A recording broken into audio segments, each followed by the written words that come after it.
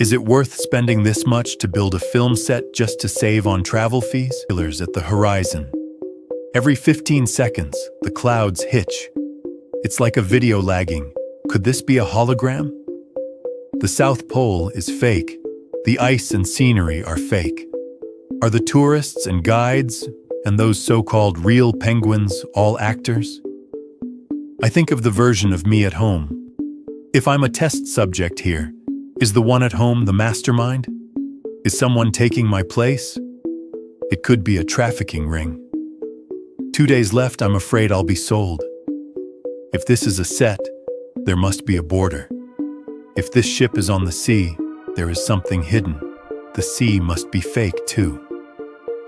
I follow the deck to the lower cabin. I want to see the engine, but the doors are welded shut. The welds are new. This isn't an icebreaker. It's a model in a water tank. A cold voice rings out. "Mr. Tran, what are you doing?" I stiffen. The guide stands there holding a syringe.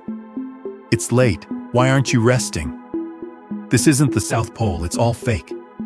Your polar syndrome is getting worse. You need a sedative. Sleep, and you'll be fine." I grab a fire extinguisher.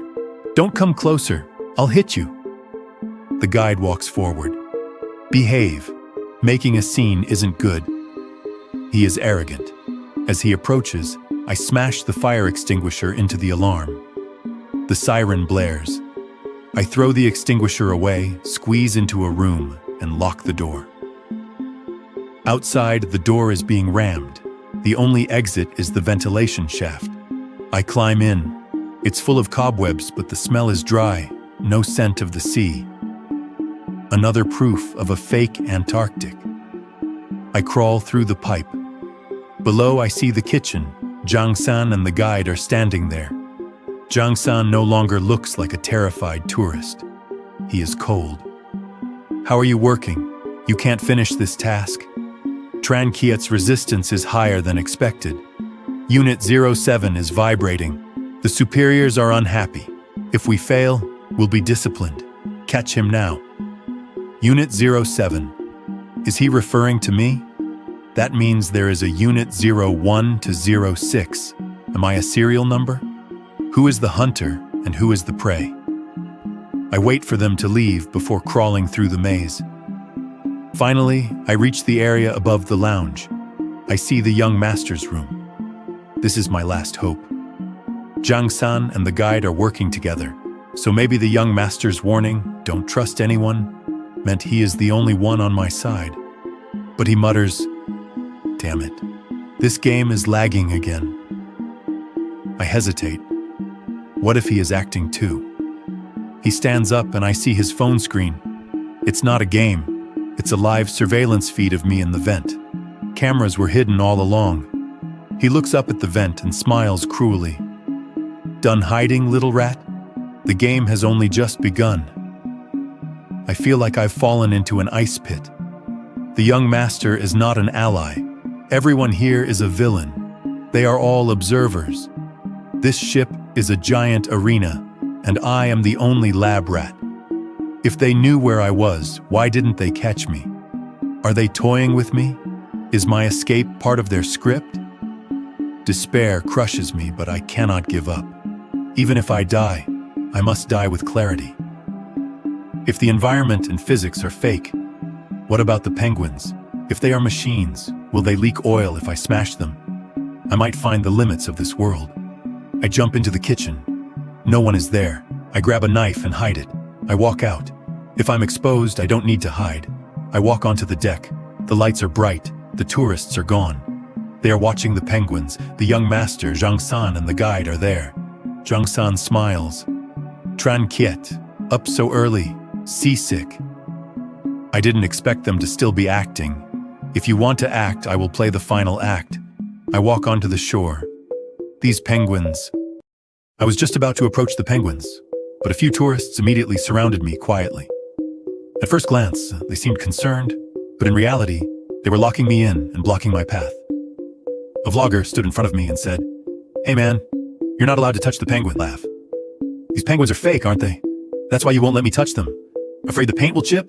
Or are you afraid of an electric shock? The tour guide standing behind the crowd said coldly, Mr. Tran, harming polar wildlife is a serious crime. You'll go to prison for that. I laughed loudly, laughing so hard that tears actually fell. Talking to me about prison in a fake world? I didn't know NPCs like you cared about the rule of law. My laughter stopped abruptly, and my gaze instantly turned fierce. Then go ahead and sentence me. I finished speaking and lunged toward a penguin pulling a table knife from my pocket. I aimed it straight at the white belly of a penguin ready to stab.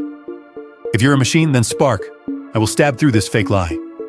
But just as the knife was about to hit the penguin's belly, the guide suddenly blocked it with his arm. The knife slashed deeply through his forearm and blood began to flow. I was stunned. I thought I would see wires or something of that sort, but I never expected to see actual blood. The guide clutched his arm in pain, his face filled with agony. He was a real person, not a machine. In the chaos, a startled seabird collided with the side of the boat. It also bled. It was a real animal. So why was the ice fake? The scenery was fake, yet why didn't I feel the cold? I touched the railing and my hand didn't stick. If half the world is real and half is fake, what is the problem here? I held my head, feeling like my brain was going to explode. If it's not cold, and if I have a problem, an even more terrifying thought emerged. Am I fake too? I picked up the knife from the ground and raised my hand. People around me were screaming and trying to stop me, but I shouted, "Get out of the way, everyone!" and gritted my teeth before plunging the tip of the knife into my own thigh. Even if this answer meant there was no salvation for me, the moment the knife cut through my thigh, blood flowed from my pants. I felt the pain. I knew what it was like to bleed. I was a real person too. So who was fake? What was happening? I was in so much pain that my whole body twitched, but in my heart I was even more confused. This world was crazy, and I was crazy too. Afterward, I was taken onto the ship. The wound on my thigh was still bleeding, but I didn't care about the pain. I stood there in despair. If this place is real, why is there another me back home? If I am real, why don't I feel the cold? Tell me, can anyone tell me what the truth is? No one answered. A deathly silence enveloped us, broken only by the heavy breathing of the guide as he gripped his wounded arm. He walked slowly, no longer angry, replaced by an infinite sadness, the pity one feels when looking at a dead man. Poor child, he said. Stop it. Who was he talking to? Before I could react, there was no sedative injection as I had expected. The guide simply pointed his finger and tapped a few times into thin air, like he was operating an invisible touchscreen. I only heard a beep, and suddenly my body couldn't move. The intense pain disappeared without a trace. I was like a machine being unplugged. Except for my eyes, which could still move, my perspective began to feel strange, as if there were a sense of detachment. I saw the white clouds in the sky freeze completely, then turn into black and white static, like an old TV losing its signal. I thought I was dying. The feeling of cold, terrifying fear engulfed me, but I didn't feel pain anymore. This contradiction made me lose my mind. The guide spoke to the void. Technology not yet attained.